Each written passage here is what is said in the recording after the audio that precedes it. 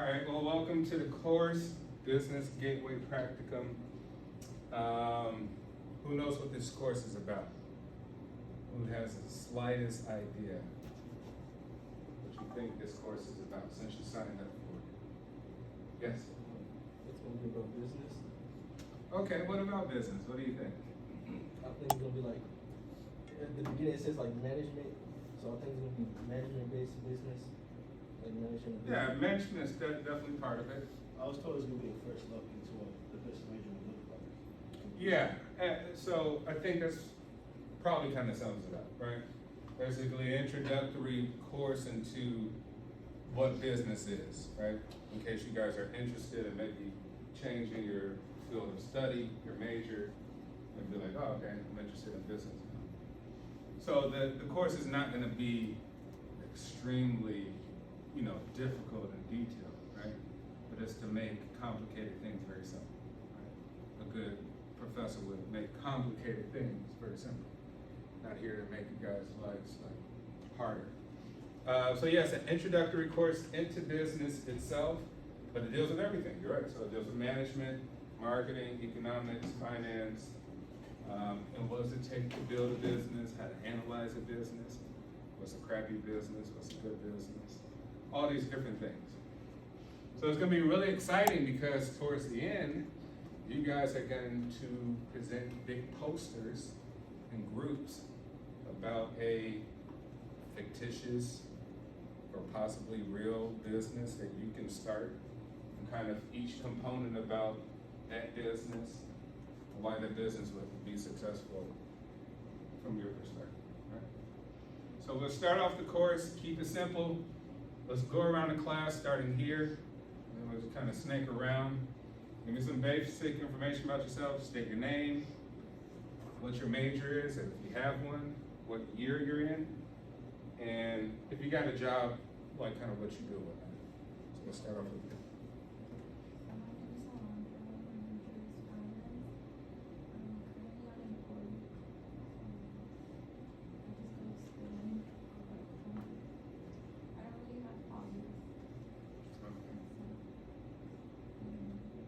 What year are you? Freshman. Okay. Cool. Yes. My name's Natalie. I'm a marketing major. I work in retail. I work at Coach Outlet in Rosemont. I guess I want to learn like other aspects of business and learn more about business techniques, I guess. Okay.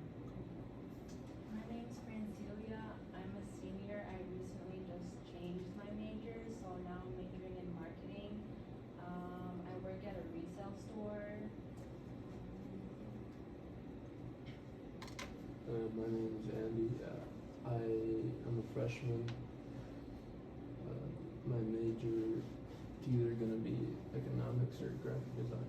Still not sure about it.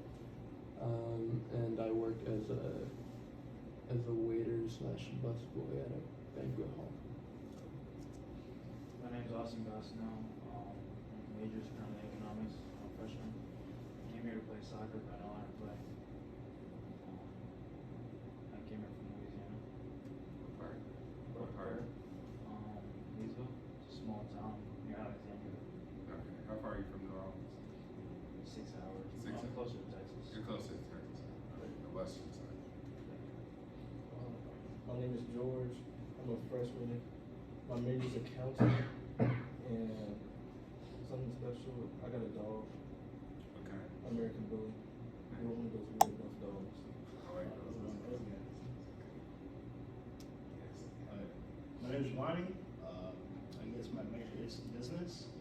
Interesting background on me. I come from 3 very successful businessmen in my past family, so I'm thinking about becoming the 4th. Except I don't really want to own multiple restaurants. I come and be an entrepreneur for marketing. So I'm touching upon that. The 4th businessman in my family. The 3 previous Were all restaurateurs, like they my great grandfather was a ranch owner. He sold cattle. Okay. His son became a restaurant owner. He owned multiple. And his son, my father, owned 2 luxurious restaurants. Okay. And then he retired. And then now I'm here in college trying to do other things. But I work at a restaurant, which I love, but Yeah. I don't really want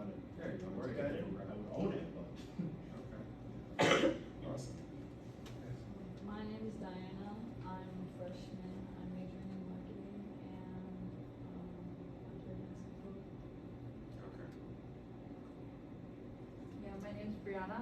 I'm a sophomore. My major is business. I currently work at another school. Yeah, I think that's it. Business, just like general administration right now, or just? I'm in management right now.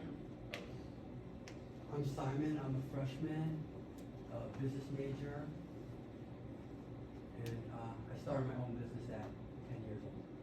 Awesome. What kind of business? So, Selling soap. yeah, You ever see the movie Fight Club? you know, How's it go? You know Brad Pitt, right? yeah, Okay, in the movie, he's like the guy's alternate personality, but he makes and sells soap. The soap has components that also are used to make explosives. So he's an anarchist. Yes. My name is Cassie. I'm a freshman and I'm majoring in marketing. And currently I work at Chipotle. Thanks. My name is Consoli. I'm a freshman and I'm a finance major and I work at a movie store. My name is Aryan. I'm a freshman. My major is finance and I'm currently unemployed.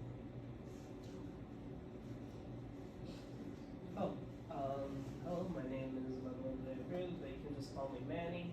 I'm an accounting major, and I just started to work as a bartender. I got my license to distribute alcohol and everything, and I'd like to learn how to work for myself and not someone else in this class.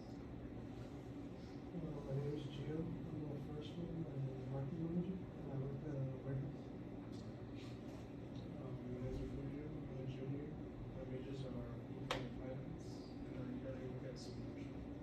Souvenir.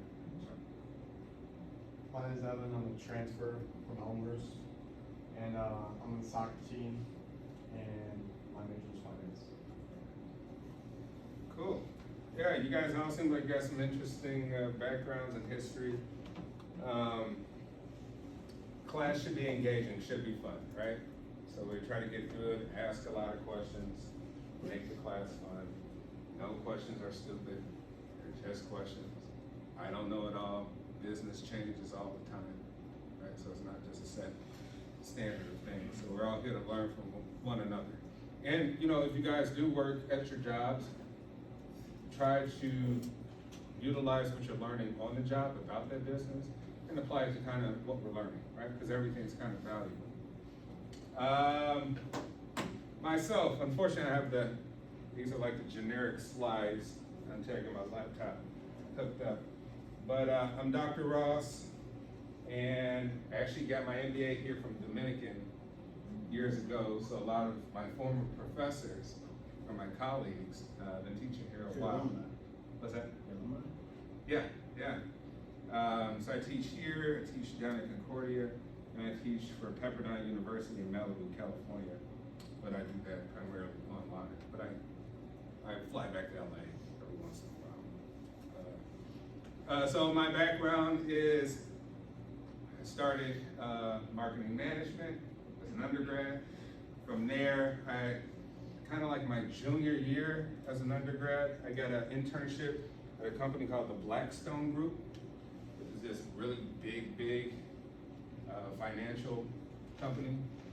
And I liked it. I thought it was cool. I thought it was like the greatest thing ever. It had a super nice office, Michigan Avenue and Wacker, overlooking the river. I was like, this is it, right? Because you want to get a job, make money, buy a condo, an apartment, get a cool car, all the stuff you guys probably want to do, right? Well, for the most part. And then from there, as most things in life, things starts to wear off. And you're kind of like, well, this is kind of not what I want to do long term, having a boss, right? People micromanaging you, a lot of deadlines, a lot of pressure, a lot of anxiety. And so I started my own business. But at first I applied for the MBA program, got in here, then I started my own business. Now before I get to my business, when I was an MBA student here, I never bought a book, right? I literally got the book in like an electronic format this years ago, before it's just all over now.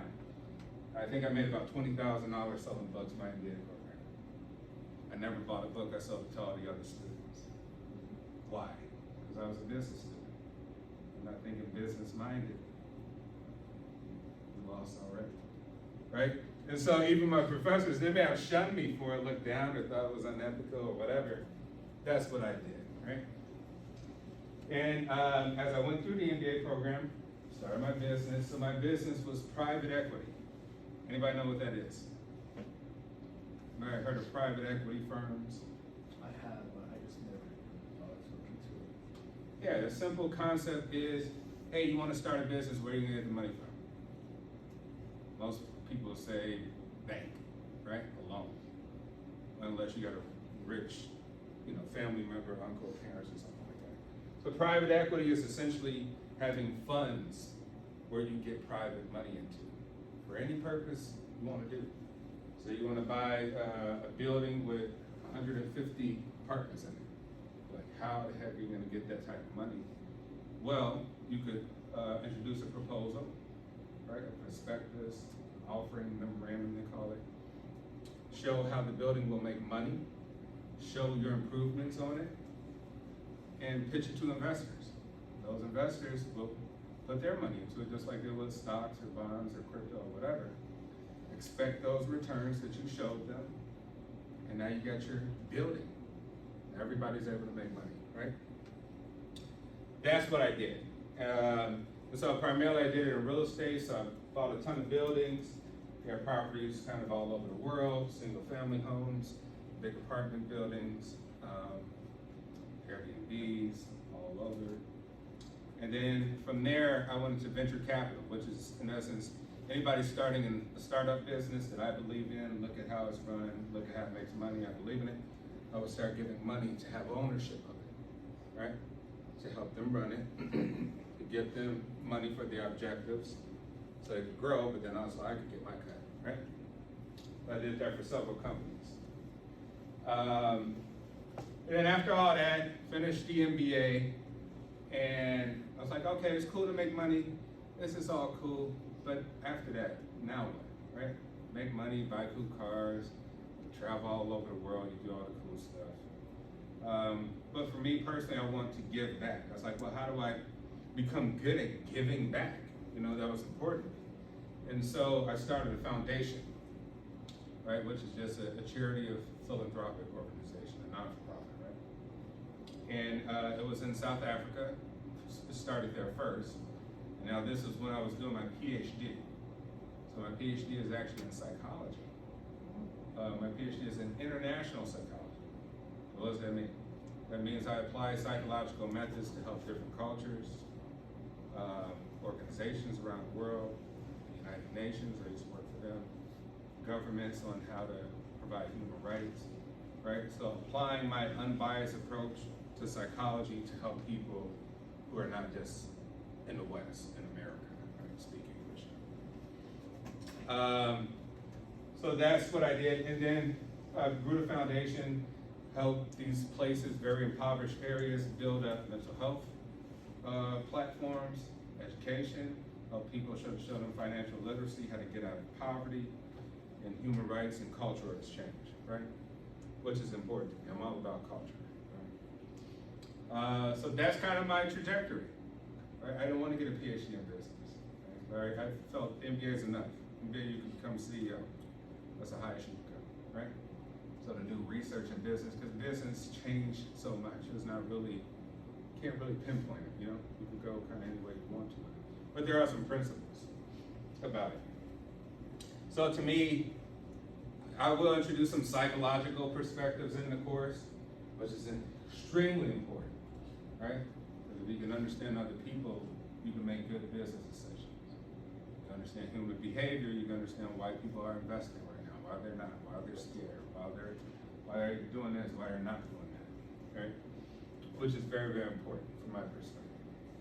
So that's kind of my background, like to travel. I got 2 small kids, 3 and 2. So I started late, right, after all the education and traveling and making all that stuff.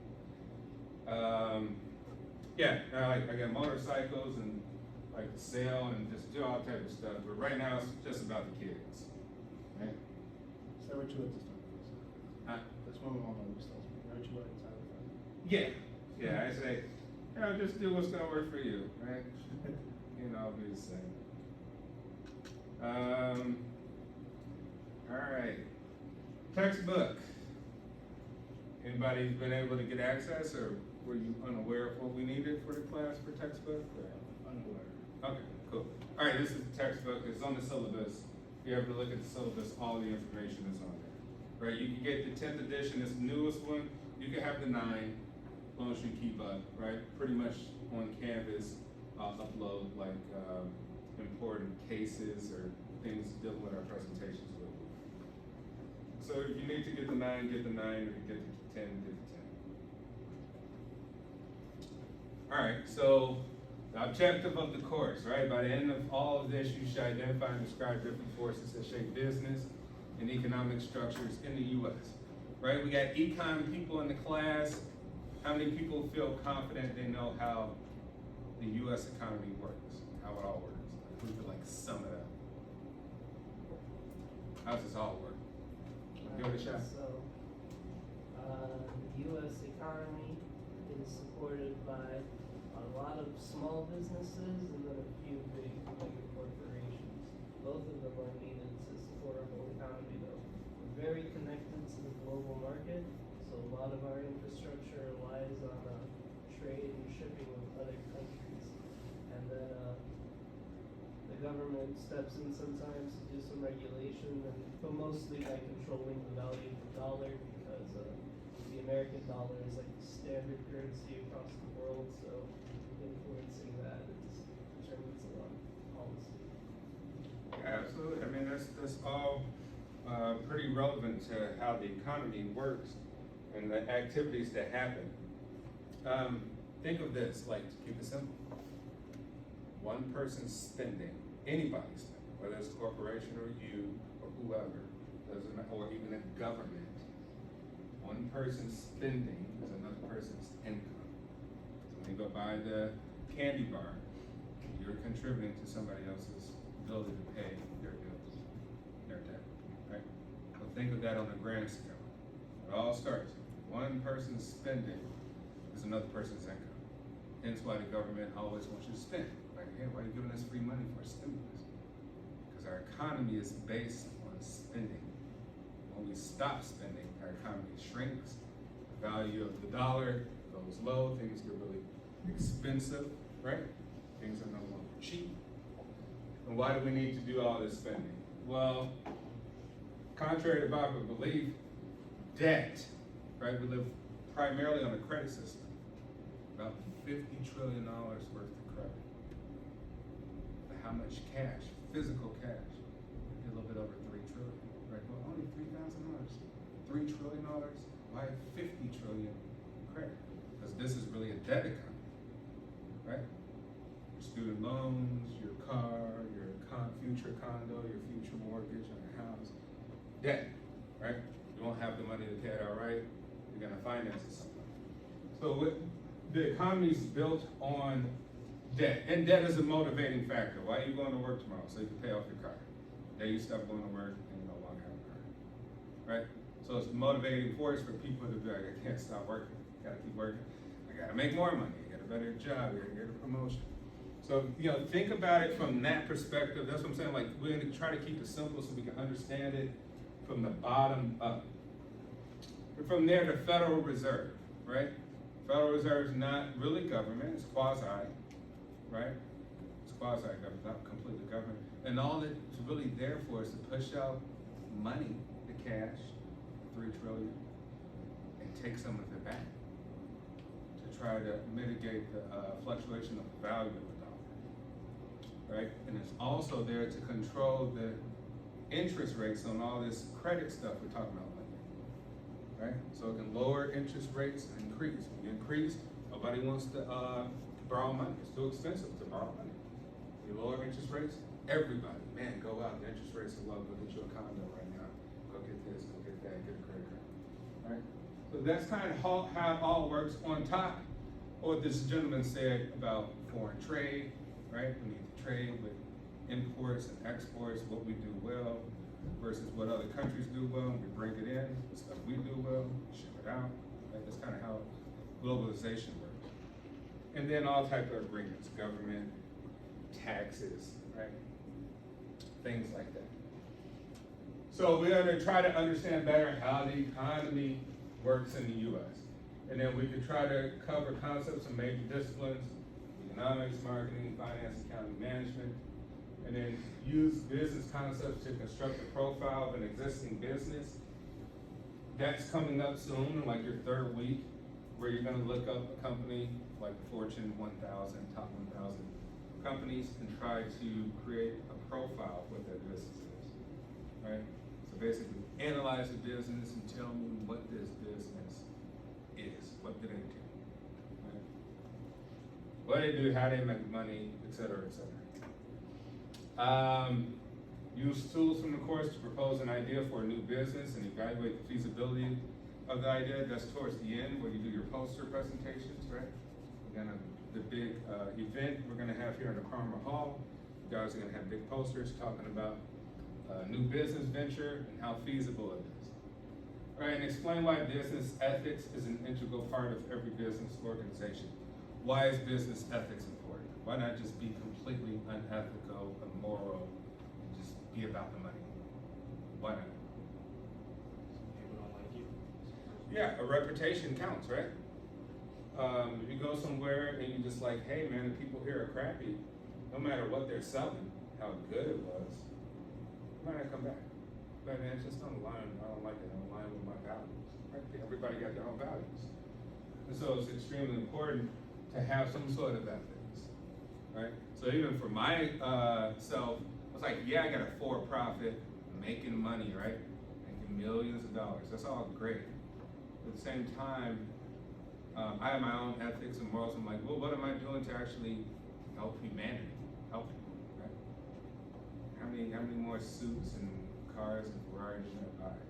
You know, at some point you're kind of like, what's your real purpose, right? And how do you help people? So I got my own ethics, so I started my own charity. And if you look at any major business, Coca-Cola, whoever, you'll see them advertise, oh, the Coca-Cola Foundation. We're doing sustainable green planting of plants in Bolivia. But why Coca-Cola, right? Because that's integral to the business. People be like, hey, no, not only do I like Coca-Cola the way it tastes, they actually do good stuff too, it's good. Now whether or not Coca-Cola means it, doesn't matter. It's part of their business model, right? So them having a non-profit may make them make more profit, for profit.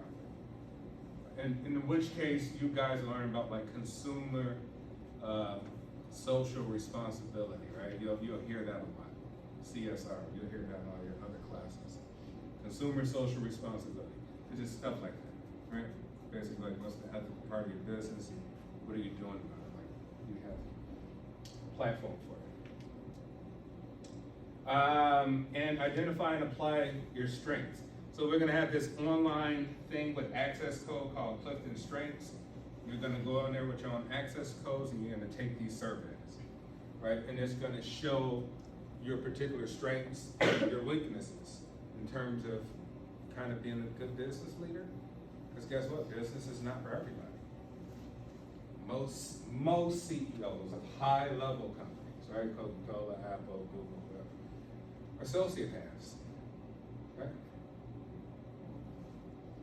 Kind of have to be. Most politicians are sociopaths. Because how could you just say, hey, you're fired 30,000 human beings with a mortgage and a family, and now you're homeless, living underneath Roosevelt in a tent somewhere? How could you do that to somebody at a whim? And you still going to make your 30 million a year? The average person can't do that. You know what I'm saying? So to be at the highest of the highest, you do have to have a certain sort of personality profile, right? And even if you're not, maybe that's the extreme case, if you're not your small business, you still have to hire and fire people, right? You can't be the nicest person in the world all the time. That's not how it works, right? You gotta make some hard decisions. You gotta change things up. You gotta shut down certain aspects of the business, introduce new ones.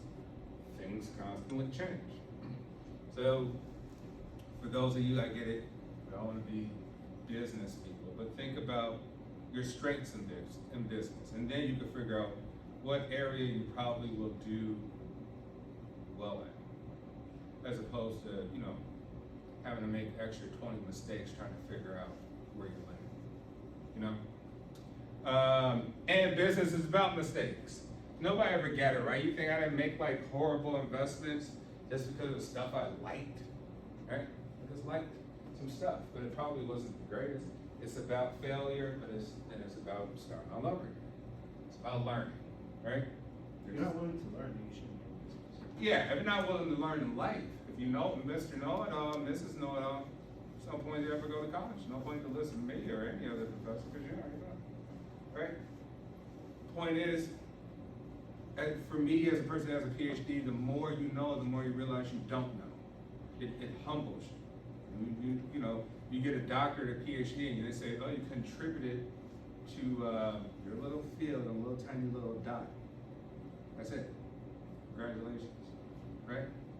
So you realize that the more you know, the more you realize you don't know about every single thing that's happening in the universe. It's too much. So humility is a good one. Always be willing to learn, and you'll be better off. What's the correct time? Let's get right. 4:14. 4:14. Okay, so that's an hour off, I guess.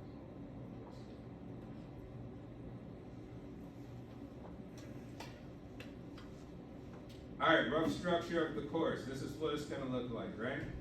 We're going to have 3 exams covering chapters 1 through 5, exam 1, exam 2, 6 through 9, exam 3, 11 through 15. And then we're going to have our first project, creating that business profile. And then our second one, which is the business feasibility, right, the trade show. And then all that will be part of this Clifton Strengths, where you do self-reflection.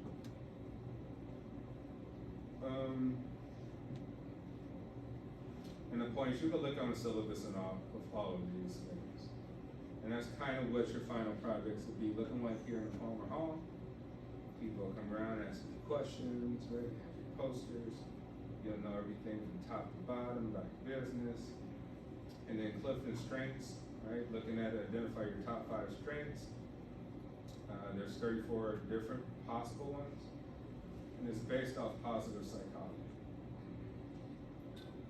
Positive psychology is about finding the good life, right? It's not really clinical psychology, I would say. Right? Positive psychology is finding out what is great about you, what's great about life, so that you could become a better person.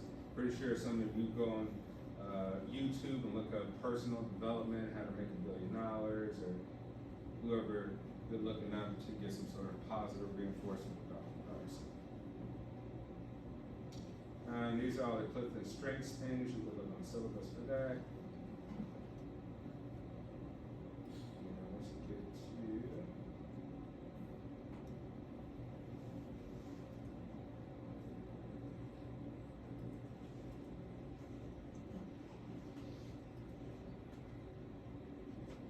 all right, change is the only constant, right?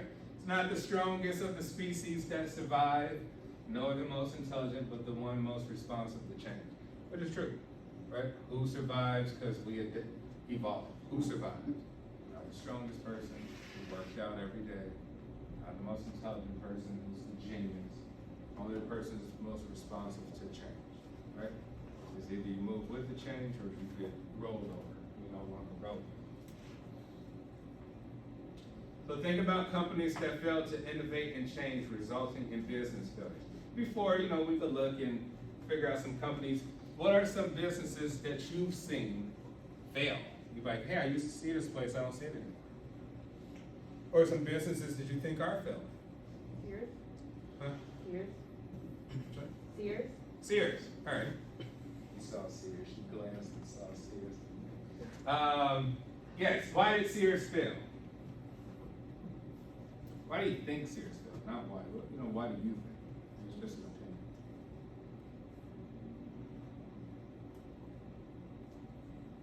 I don't know anything about Sears, no shopping, but I do know about Payless. Okay, tell me about Payless, because Payless used to be huge. Yeah, it used to be huge until I would say it's more about like how they brand the stuff. Instead of all these are cheap shoes, like they're not high quality and stuff like that. I I always thought they were good. Every time I bought my shoes there, they lasted more than a year, especially Yeah. on ice and things like they were. But from what I saw, I thought it was like brand. I was like, pay less. I'm gonna be paying less for the product. And at that time, people always like, oh, look at my new Jordan, stuff like that. Yeah. And kids didn't like that, so they would tell their parents, okay, let's go somewhere else. Go somewhere else. Even when it happens to my mother, it's like, that's not okay. So like, all the moms talk about that's not good. They always look at my shoes like, no. They think it's cheap. They think it's cheap. So I was saying, I'm not gonna let my son wear cheap shoes at school. It doesn't look good. Yeah. So it went to pricing and then it went to style. Which one looked more like socially acceptable? Yeah. Going to Payless or going to Foot Locker, where things are like $130 per pair. Yeah. So think about that. Basically, perception is important, right? Payless may not be bad quality. It may just be a lower cost, right? But since we say things are psychological, human behavior, we're kind of like rats. We tend to follow one another, right? What people say, we might believe. And if enough social engineering, enough social proof, basically enough people say it, we kind of feel forced to believe it. And we change our behavior, start doing what we change our mind because of what other people force upon us, right? So pay less might not be bad quality, but pay less. Maybe like, well, there's perception, pay less. It's gonna, to other people, it's gonna be That's cheap. why I stayed more towards the brand. Yeah, right, and then you may think like, hey, how much those shoes cost? Why does it matter how much the shoe costs? Are we correlating price to quality? Or are we just correlating a name to price, right? Well, I got on Prada shoes that cost $1,000. Wear them a year and a half, they might tear out. Now what, right? Doesn't matter, they charge $1,000. Could have bought some $30 pair of new something.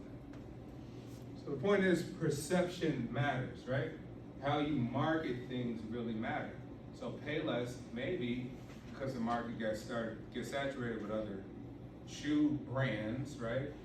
And they just had these small stores, they didn't really evolve online, have a big online presence like other people. People like Payless, I might as well just go to Walmart, right? It's always available. Or go wherever, go to Target or something like that. So anyway, Payless probably did not change and adapt with the changes in the environment, which was innovation through technology, innovation through changing the marketing, and then innovation about the product that they were selling. Maybe they need to add some new stuff other than shoes. Maybe they add some other products, right? What else? What other businesses? Yes? Toys R Us. Toys R Us, Yeah. right? Yeah, I used to go to Toys R Us. I did When I was a too. kid, yeah, I used to live in Toys R Us. I graduated from Lane Tech High School. Literally, Toys R Us is right there on Addison. On Addison, it's right over there by Lane Tech. So why did Toys R Us fail? Why do we think? Because I think kids stopped playing with toys as much, and also people started doing a lot more online shopping, so they could find toys for a lot cheaper. And from what I remember, Toys R Us was kind of expensive. That's why, like when I was younger, I'd never go there. So people started getting more discounts online or in different places, and Toys R Us kind of became irrelevant. Yeah, absolutely. Think about it. You have a building, we call it Toys R Us, and we have a bunch of them. You gotta pay the mortgage or the rent, you gotta pay the lights, utilities, you gotta pay the employees, you gotta give them some health benefits, right? You gotta have insurance on it. You have to put the marketing and paper up on the windows and all this stuff. So you have to do a lot of stuff, right, with a physical presence. And then other people came around and was like, no, we're not doing none of that. We're online. How much money we save just by being online, right? We can upload the ads in 2 seconds, physical things. So Toys R Us kind of lost out because of that. And probably also because of China, right?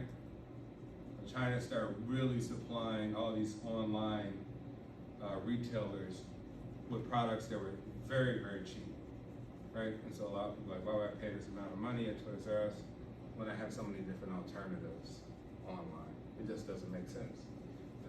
So yeah, Toys R Us failed to change. You can't just leave the price like that forever if you clearly look and see you're losing money. Like we're losing money every month. Why? You have to answer that question, and you have to change things around. And if you don't change, oh well, you're done, right?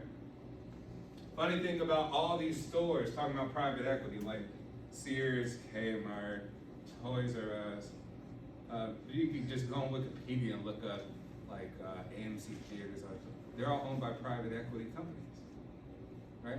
Kind of what I was doing is big groups, pools of money from big investors to buy out these businesses. Like, man, these businesses are failing, so they're cheap to buy. You know what I mean? Like if you had a decent amount of money, you could have bought 50% of Sears or Kmart, even though it was failing. But now you say, okay, I have it. Maybe I'll just sell it and make more money off it and just kill Sears, right? Kind of what happens when they do buy these companies. They're like, well, we're gonna take it through bankruptcy court and do all of this kind of shoddy stuff, and then we'll make out a lot of money. But the businesses will fail, all employees will lose their jobs. Well, they don't care, right? Or you come in and say, hey, we need to remanage. We're gonna hire all new managers, all new marketers, all new team of people who are really smart and figure out how we change the entire business to make people want to buy it again, right? And we give it a new name, right? Toys R Us Plus, you know, maybe we shrink the stores. Maybe we put the stores somewhere else, outside of malls instead of these big, you know, areas.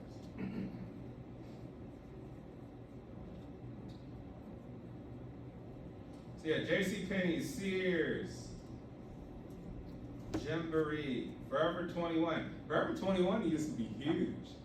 Like they were taking over. I remember like they were kind of like direct competitors to like H&M, you know? And now a lot of retail spaces have closed down or gotten small. And they started to change because remember Forever 21 was like all female clothing. Then they started to add guys clothing, right? So you can clearly see the changes needed, and typically when you see those changes, you're like, all right, either they're losing money, trying to catch up and do some new stuff, or they're, you know, trying to make more profit by doing something. So think of this: when you just drive down Harlem Avenue, whether you be going north or south, you're like, wow, I'm gonna stop at this restaurant. Look at that restaurant. You go here, right? 80% of restaurants fail in like the first couple of years. Right? They fail. Why do they fail? Why do you think they fail? Competition, location, and a few other factors, but I can't think of them right now. Yeah, I mean, My that's some of family, there's plenty of restaurants like that. Think about it. And you have a service industry. It's literally based off service, right? Which means if someone has to go in and sit down, they gotta really like the experience. Else they're not coming back. And they're gonna tell people not to come back. They're gonna tell people the food was crap. They're gonna tell people and post on Yelp or wherever that they saw a bug or something, right? Or that their server, the waitress or waiter was horrible, right? Or that the food was too expensive, right? And at the same time, you have something that expires, food. You only can keep it for so long that it's bad, right? Then you have to try to market to get people to come in. So it's very difficult for restaurants. Typically, a lot of businesses, not just restaurants. You drive down the street and go, oh my gosh, they all started these cool businesses. They all got a business. It all looks great, don't get me wrong. It looks wonderful, right? But not many of them make a profit. So that's the biggest misconception in business is that just because a place is open and may have been open for 3, 4, 5 years, doesn't mean they ever made a profit, ever, right? And even the big companies, we could look up Fortune 1000, you could go look at their revenue, their balance sheet, and you'd be like, oh man, last quarter they lost $500 million. It'll show the red. You're like, man, they haven't made a profit in like 3 years, what happened? They still exist, they still make revenue, people are still buying it a lot, but their expenses to do all this stuff and keep the doors open, and pay all these executives and all this stuff, and their loans far exceed the revenue, right? So a huge misconception that any business is open, that they're making a profit. No, it's a complete distinction between revenue, right? Selling a lot of stuff, great, versus profit. Gas stations don't make money off of gas, but they make money off of Treats and stuff. yeah, come inside, buy some chips, donuts, coffee, yada, yada, yada. Right? McDonald's even primarily doesn't make that much profit off the food. What do they make profit off of? Now it's the meals. That's what it's. I think they make profit of licensing, so it's primarily like the real estate. That's right. That's still what we're able to do is get like freaking what's it called? It's not merchandise. Franchising. Yeah, franchise Right. stores. A lot of stores are doing that now. So they franchise, you bet, hey, I got a McDonald's, okay? McDonald's loans you the property, you're paying them back each month off the property. McDonald's loans you the license to use McDonald's brands and the cups and the formula, and they provide all the stuff, right? And they get their big cut, you get your little tiny fraction, right? You won't ever really own that McDonald's, like outright, right? That's McDonald's now. So, it depends on what kind of business you are in, whether or not you make a profit, right? That typically, I say, it's good to kind of stay somewhat small. Going too big sometimes, too big, too fast, typically those companies won't last. If you stay small, you can always manage even when the economy gets really bad or the demand gets really slow.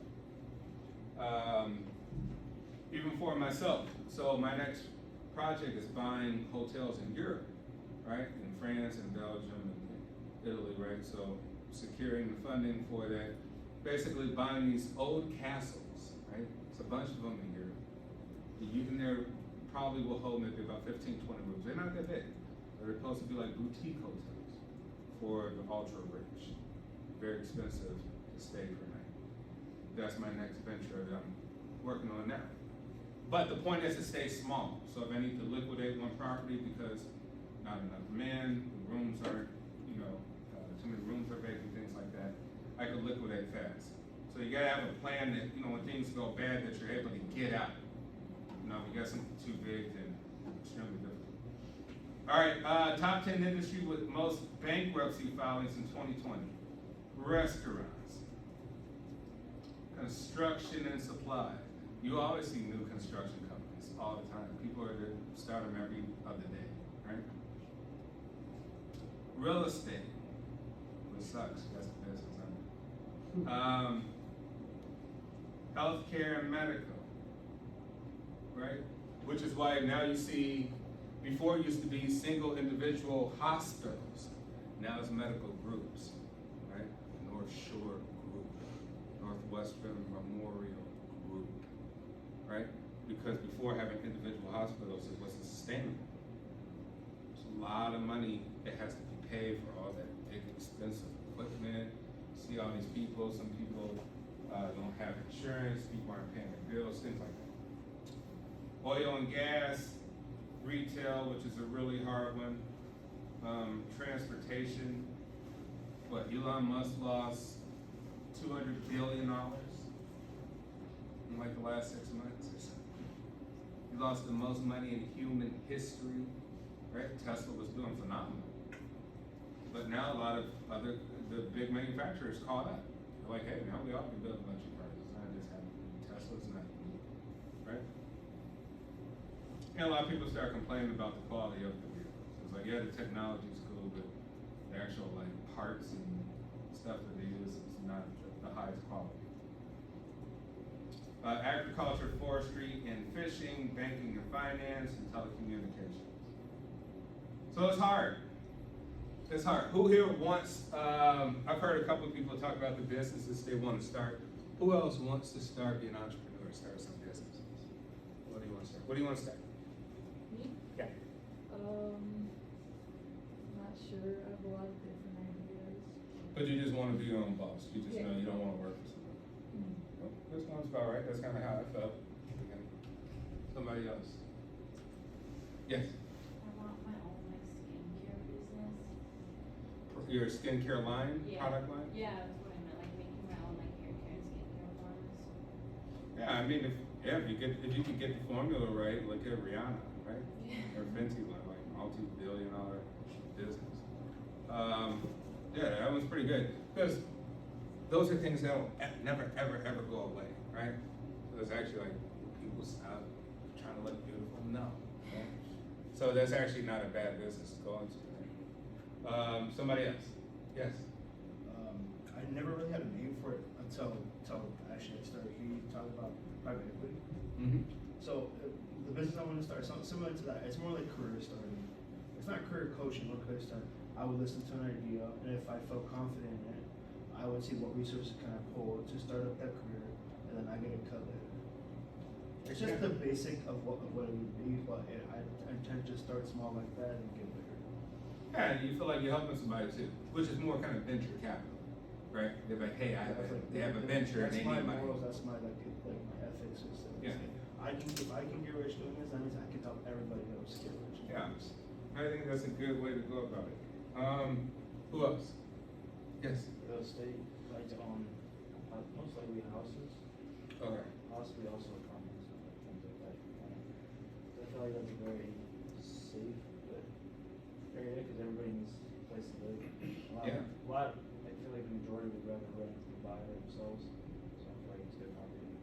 Yeah, I mean, real estate is phenomenal market, right? Even major, the Blackstone Group and another one, BlackRock. I used to work for Blackstone, but then BlackRock's another one. They buy millions and millions of property. So it's not just individuals buying them. It's like big companies that buy up tons of mortgages, right? And either they resell the property, wait, and which is mean kind of have a strategy. Like, yeah, I just want to buy and hold because this property will be worth 3 times in 3 years and I'll sell it, right? Or you're like, I want to buy it because it makes a killing on rent every month, right? So you just gotta have a strategy. But real estate's great because yes, everybody needs a place to live. Not everybody's gonna be van life, living in their van in the car, right? But you can do so much with it. Airbnb it. You can always change and switch it up. Who else? Yes. I was thinking like a tow truck company, like deliver like supplies for companies. But I mean, I'm now like with how things are going now with like gas and everything, like I see like that the value is kind of like higher, or like the companies don't get paid as much because of like like everything going on and stuff. So Yeah. I'm kind of like second guessing it, but. Yeah, I mean, I think that's good. I mean, anything where you're supplying people something logistically with transportation, you're like, hey, I could deliver cheap gas. You know what I mean? Like, you could come up with something unique to provide the market for. Right, these are like old phones, right? The things that died out, right? These old Nokia phones and all that stuff. They didn't make the cut. All right, so here's some examples of corporations that failed to innovate. You guys may be too young, but MySpace was Facebook before Facebook, right? I know. Huh? I know. All right, so MySpace was huge, right? It was Facebook before Facebook. And it was more colorful than Facebook, like the graphics, Facebook's very kind of simple, right? With the blue and white. But it was more colorful and it was more about like musicians, art, creativity, right? But they failed to innovate because they didn't fill the gap for kind of what everybody. Facebook kind of gave them a platform for all, right? And kind of the user interface is simpler too. You may not want something that looks so complicated. You want to get straight to the point. It's easy to remember. Hence why some people like iPhone over Samsung, right? Or even Google Pixel. But man, simplicity. And other people are like, I don't want that simplicity. I want to be able to have open source and change this and change that. And maybe iPhone users like, no, I just need the basics. I need to know where everything is really quick. Right? So it's a matter of preference, but these guys can keep up. IBM was huge, but they failed to innovate and kind of take the market. Nike, I'm not sure why they have Nike on here. I think Nike's doing pretty good and always will do good. Kodak, they failed because they didn't fail to capture the digital photography market, right? Everybody went digital. Macy's, anybody used to shop at Macy's? Every Christmas. Yeah, I mean, I still shop at Macy's. We get really good deals.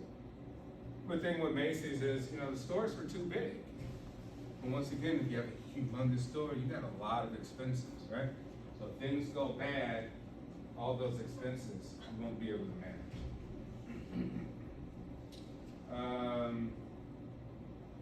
Okay, what time is it?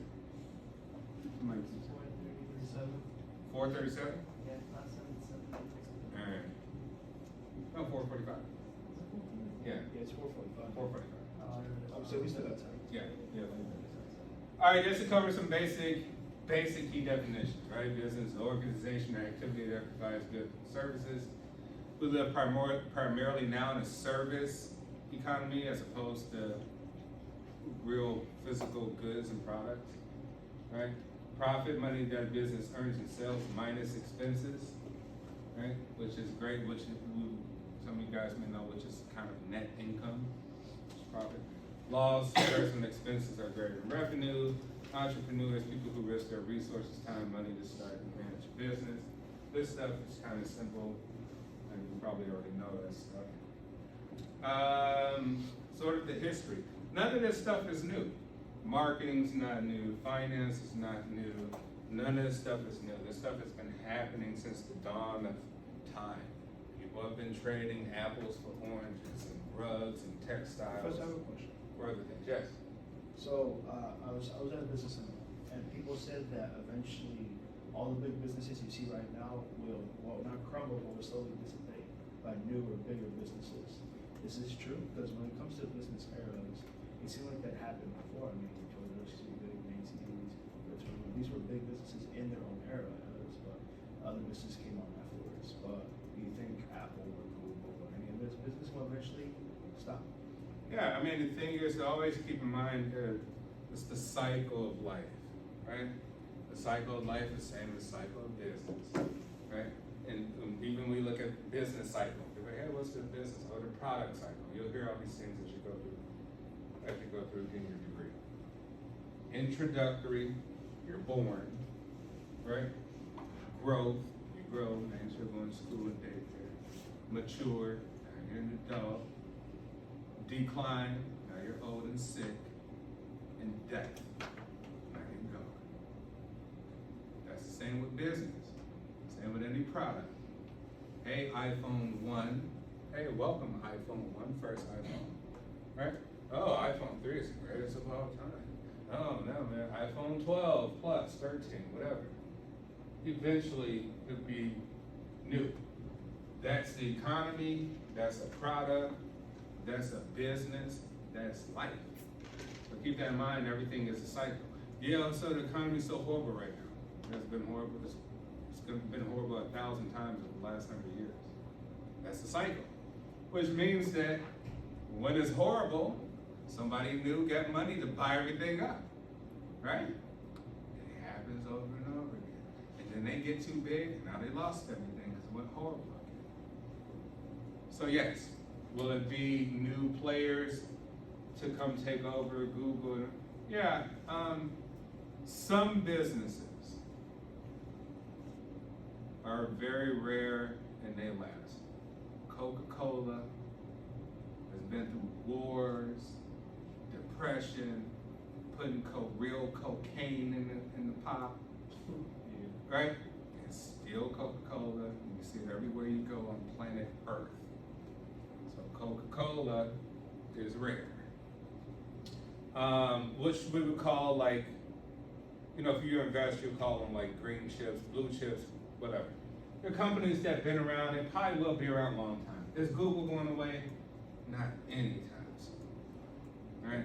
It's too, they've tackled it. They got it.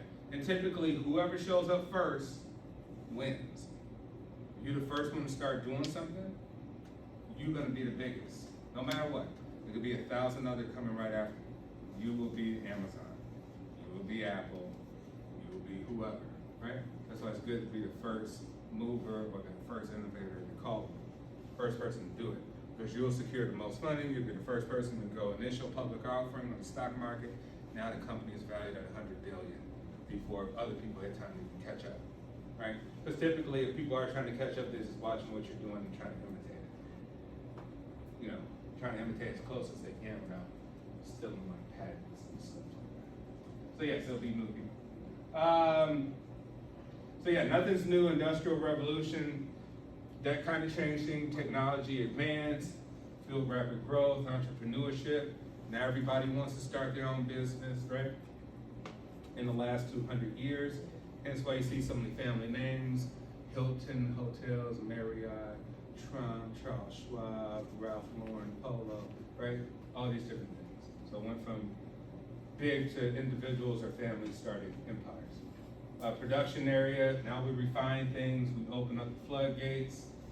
Now we're able to make things better than what they were, and they work better, and they work quicker. Marketing area, era after World War II, that's when psychology was huge, it started to break out. Now we figure out how to hack your brain. Instagram figure out how to make you buy what you want to buy. I'm going to show you something and you probably, yeah, I like that. Thanks, Mark Zuckerberg, for showing me some more shoes that I probably would buy and go waste my money. Right? They hack your brain. They're using good psychology on what they think you would probably like. Marketing. A relationship era, which is the current one. Goal to build long-term relationships with customers. Most money is made from the people who come back, not just a bunch of new random customers, right? You want to build long-term relationships because it's pretty much guaranteed money, right? So it's good to have quality products, good service, so that the people who come there will come there all the time.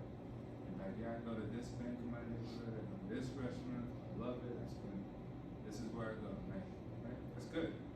As opposed to just random Joe Schmo who comes by one time and never ever comes by ever again. But that's volatile, that's more risky. You want stability. All right, well, in there with this, but random questions, things you want to ask. Go ahead, we'll use the last couple minutes for questions. Kind of an ask me anything. Career, prospects, advice, How do you know things what about school. business is not good? We'll learn all that, right? You're gonna learn by reading, but it's public companies. Reading financial statements, right? Seeing where they are in the market, understanding what market they're in, what industry they're in. Have they grown, have they lost? You know, so it's there, the information's there for public companies. The information's all there. You can go pull up all the balance sheets and income, profit loss statements, and you can say, man, I thought this was doing good. And you might look and but man, that hasn't did good in a long time. And if they're not doing good and you still believe in them, you're like, well, I'm gonna buy them now because they're cheap. They're not doing good, but I believe they will be doing good. Right? It's kind of like stocks, right? But if I'm so afraid I lost all this money, let me sell it all. Well, that might be a bad move. They might be great once again, right? So maybe buy even more at a cheaper price and that you have a great return in the future. So it just really depends. But for public information, public companies, the information's there. And that's part of the course. We're gonna learn how to analyze and assess what makes a good business, what makes one a crappy business, even though it may look good, and stuff like that. What time is it? Yes? Do you have like homework for tomorrow? I saw on the calendar that we did. No, there's discussions on there, try to contribute as much, but nothing due tomorrow. I think there's something due over the weekend, but class on Thursday, I'll have more time to prep to kind of go over that, right? So nothing penalized. All right, remember, college, right? I've been a lifelong student. What's the point of all this college, right? Should we even have shown up here and gone and wasted our time and money? Right, what's the point of all this? The point is, honestly, it's up to you. But I will say this. You could learn, this is not like high school. But let me remember the definition and what it's talked about so I get an A. And that's it. That's not learning. That's just like a good memory. Anybody can do that, right? Now you're in college, you're like, dude, like, what can I find unique and contribute that's gonna change either my life or other people? So what it is to take all this information that these professors are talking about, which is cool, but what are you specifically based on who you are, your background, where you come from, your ideas, and how do you add something, right? 'Cause you could be a Mark Zuckerberg and drop out after freshman year because you already got a multi-billion-dollar idea, and everybody else is still chilling in class, waiting for the job. So the point is to like, man, think about all the stuff you learned and come up with something new. Your point is to move the needle past all of this. This is cool.